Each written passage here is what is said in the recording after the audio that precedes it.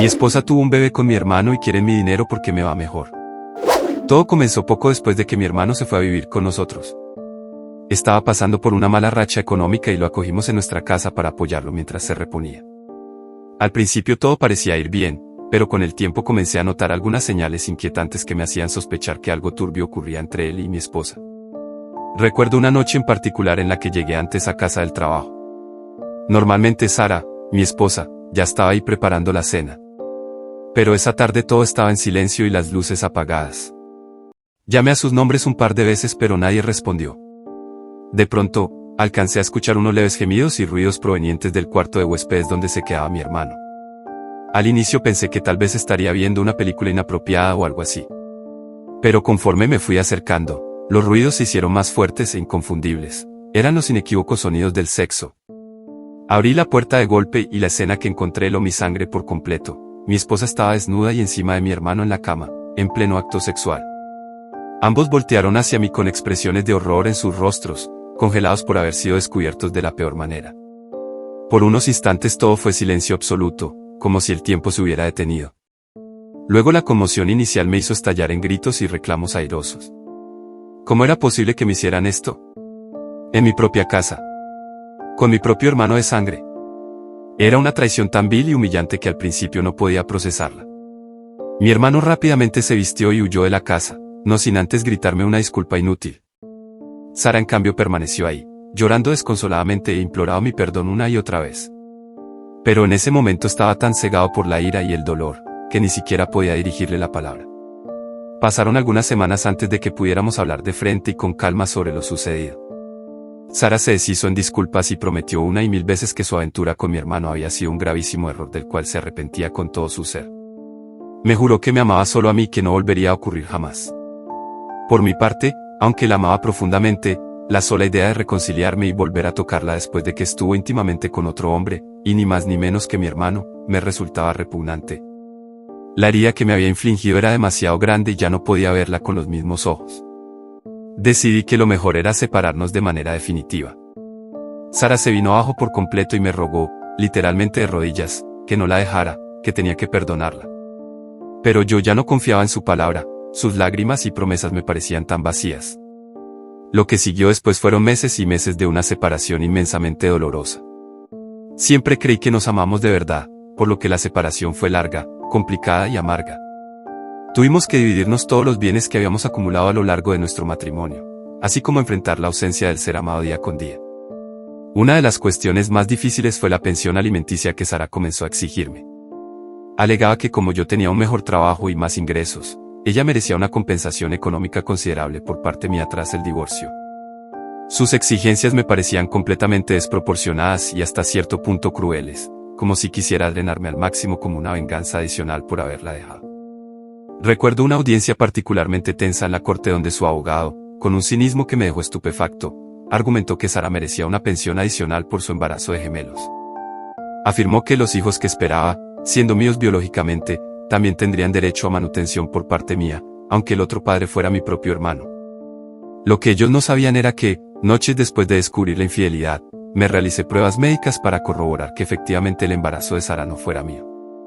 Los estudios confirmaron que yo no podía ser el padre biológico de esos bebés que esperaba. Me sentí tan dolido y humillado que por algunos meses me negué rotundamente a proveer cualquier tipo de pensión alimenticia, ni para Sara ni para los hijos no nacidos. Pero al final, por recomendación de mis abogados, accedí a darle una módica cantidad a Sara, solo por el hecho de haber estado casados y sido mi esposa por varios años. No obstante, cualquier pensión o apoyo hacia los hijos quedó rotundamente descartado desde ese momento. Eran sus hijos con mi hermano y la ley no me obligaba a mantenerlos si no eran mis descendientes biológicos.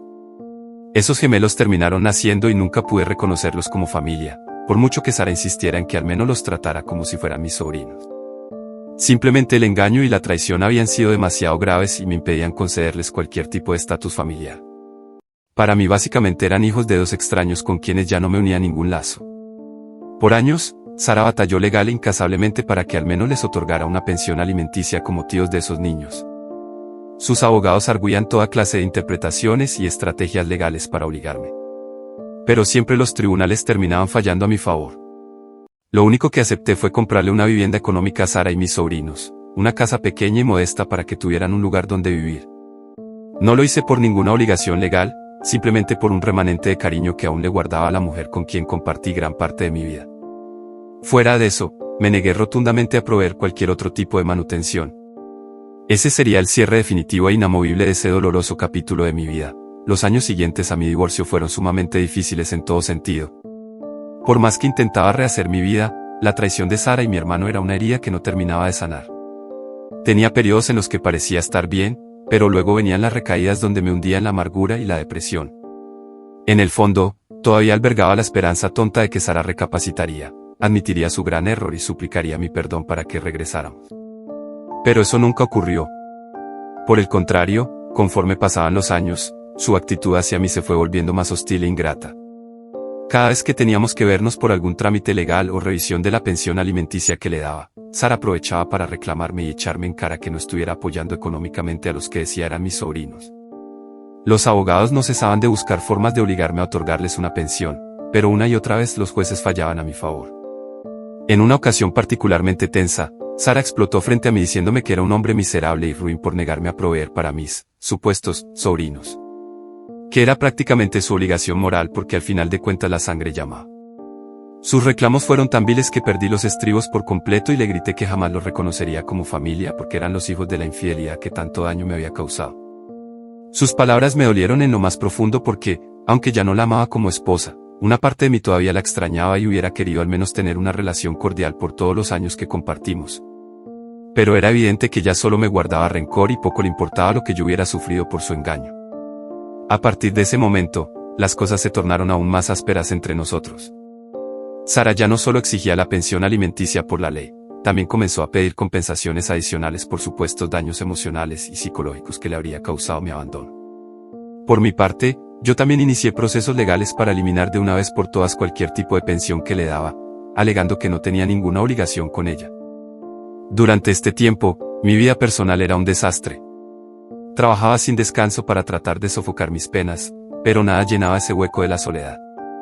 Ocasionalmente salía con algunas mujeres que conocía, pero ninguna relación lograba prosperar demasiado.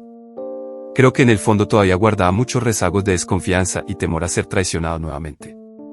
Recuerdo una noche particularmente negra, cuando había discutido fuertemente con Sara porque sus abogados habían presentado una nueva demanda en mi contra por montos exorbitantes de pensión. En ese estado de depresión y desesperanza, caí en las viejas garras de las adicciones que creía haber superado hacía mucho, las apuestas y el alcohol. Por varias semanas caí en un oscuro espiral de apostar en línea para tratar de sacar provecho de mi conocimiento en finanzas y matemáticas. Increíblemente, al inicio tuve algunas buenas rachas de ganancias que me hicieron confiar todavía más en el juego. Pero como siempre ocurre, llegaron las terribles rachas de pérdidas que me dejaron hasta las últimas consecuencias. En esas fechas, con mi juicio totalmente nublado, recurría a la bebida para ahogar mi frustración por las pérdidas. Me hundí en un torbellino autodestructivo de alcohol y apuestas descontroladas hasta que, una madrugada, tras una terrible borrachera, tuve un aparatoso accidente automovilístico que estuvo a punto de costarme la vida. Esa fue la sacudida que me hizo volver a mis cabales y aterrizarme de golpe con la realidad.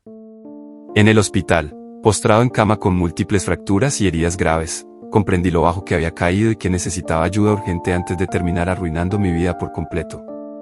Afortunadamente, conté con el apoyo incondicional de algunos viejos amigos y familiares cercanos que me asistieron en esos momentos tan oscuros. Afortunadamente, conté con el apoyo incondicional de algunos viejos amigos y familiares cercanos que me asistieron en esos momentos tan oscuros. Ellos me ayudaron a iniciar un largo proceso de terapia y rehabilitación para dejar atrás las adicciones que me habían hundido tanto. Fueron meses muy duros de reconocer y aceptar que tenía serios problemas, algo que mi ego y negación no me habían permitido ver antes. Pero poco a poco, con la guía de especialistas y el apoyo de seres queridos, fui saliendo adelante. Cada día sobrio era una pequeña victoria que me daba más fuerza para seguir luchando.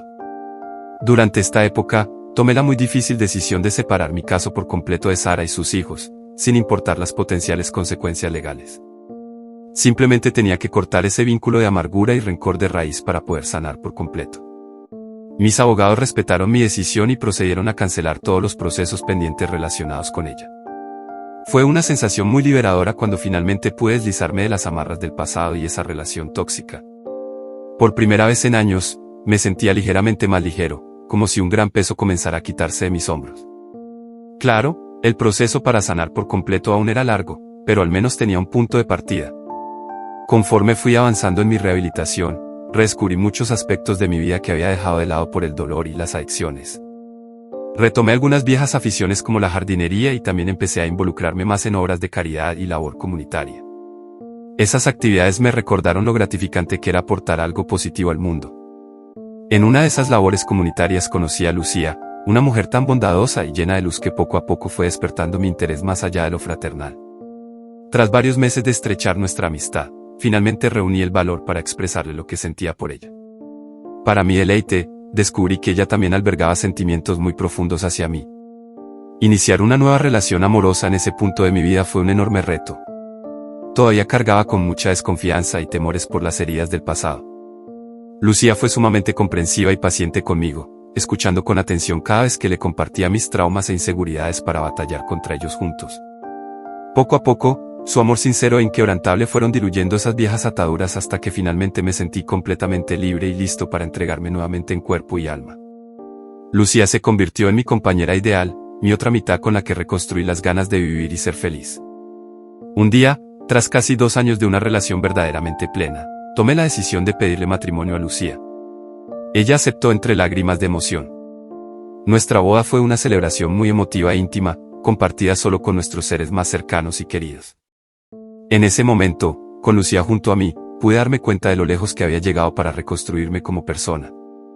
La vida me había puesto los retos más terribles y adversidades inimaginables con Sara y mi hermano. Pero logré prevalecer debido a mi propia determinación y la ayuda de quienes realmente me apreciaban. Hoy, algunos años después, Lucía y yo formamos un hogar lleno de amor y dicha. Tenemos 2 preciosos hijos que son el mayor tesoro de nuestras vidas. Por fin puedo decir que soy completamente feliz, con una familia que es mi verdadero motor para seguir adelante cada día. Por supuesto, los recuerdos del pasado aún me visitan ocasionalmente y las viejas heridas se hacen presentes. Pero ahora las encaro con una mentalidad diferente, consciente de mi propia fortaleza interior para sobreponerme a cualquier adversidad. Ya no guardo rencores ni amarguras, solo la satisfacción del guerrero que venció la batalla más dura. Sé que Sara y los hijos que tuvo con mi hermano tomaron sus propios rumbos alejados de mí. Y aunque por mucho tiempo eso me perturbaba, ahora solo les deseo lo mejor a donde quiera que los haya llevado el camino. Al final, ellos no lograron destruirme con su traición, únicamente me hicieron más fuerte. Así que esta es la lección más valiosa que me dejó ese duro camino que recorrí. Por más oscura que se torne la noche, por más negras que se pongan las nubes, siempre puedes renacer de nuevo como un ave fénix si tienes la determinación, el perdón en el corazón y el apoyo de quienes te aman de verdad. Yo lo logré y tú también puedes salir adelante, pase lo que pase. Solo tienes que luchar.